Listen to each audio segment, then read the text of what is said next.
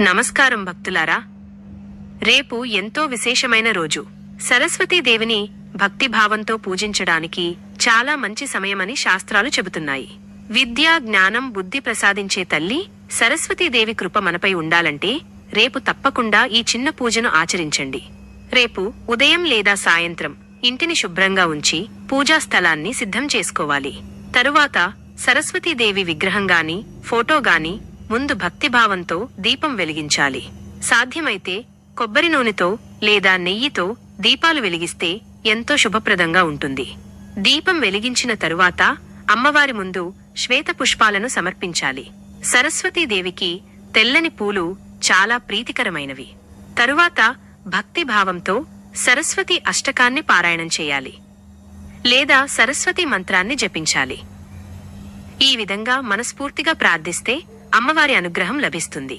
ప్రత్యేకంగా చదువుకుంటున్న పిల్లలు అమ్మవారిని పూజించడం వలన వారికి విద్యలో మంచి అభివృద్ధి కలుగుతుంది. అలాగే కొంతమంది నీల సరస్వతి యంత్రాన్ని పూజించి ధరించడం వలన కూడా జ్ఞానం, విద్యలో ప్రగతి కలుగుతుందని నమ్మకం. ఇంట్లో ఎవరైనా సరే రేపు సరస్వతీదేవిని పూజించి, అమ్మా సరస్వతీ తల్లి, మా పిల్లలకు మంచి విద్యను ప్రసాదించు అని మనస్ఫూర్తిగా ప్రార్థిస్తే పిల్లల్లో ఉన్న చెడు గుణాలు తొలగిపోయి మంచి మార్గంలో నడిచేలా అమ్మవారు ఆశీస్సులు ప్రసాదిస్తారు. అమ్మవారి కృపతో పిల్లలు విద్యలో ముందుకు వెళ్లి మంచి భవిష్యత్తు సాధిస్తారు. కాబట్టి భక్తులారా, మీ పిల్లలు విద్యలో రాణించాలని, మంచి మార్గంలో ముందుకు వెళ్లాలని కోరుకుంటే రేపు విశేషంగా సరస్వతీదేవిని పూజించండి. అమ్మవారి ఆశీస్సులు మీ కుటుంబంపై ఎల్లప్పుడూ ఉండాలని కోరుకుంటున్నాను. ఓం శ్రీ సరస్వత్యై నమః. ఈ వీడియో మీకు ఉపయోగకరంగా అనిపిస్తే దయచేసి ఒక లైక్ చేయండి. మీ అభిప్రాయాన్ని కామెంట్ రూపంలో తెలియచేయండి.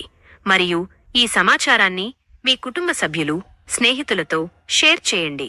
ఇలాంటి మరిన్ని భక్తి సందేశాలు, పరిహారాలు మరియు ఆధ్యాత్మిక విషయాలు తెలుసుకోవడానికి మా ఛానల్ను సబ్స్క్రైబ్ చేసుకుని పక్కనే ఉన్న బెల్ ఐకాన్ను కూడా నొక్కండి. తద్వారా ప్రతి కొత్త వీడియో మీకు వెంటనే అందుతుంది. ధన్యవాదాలు. నమస్కారం.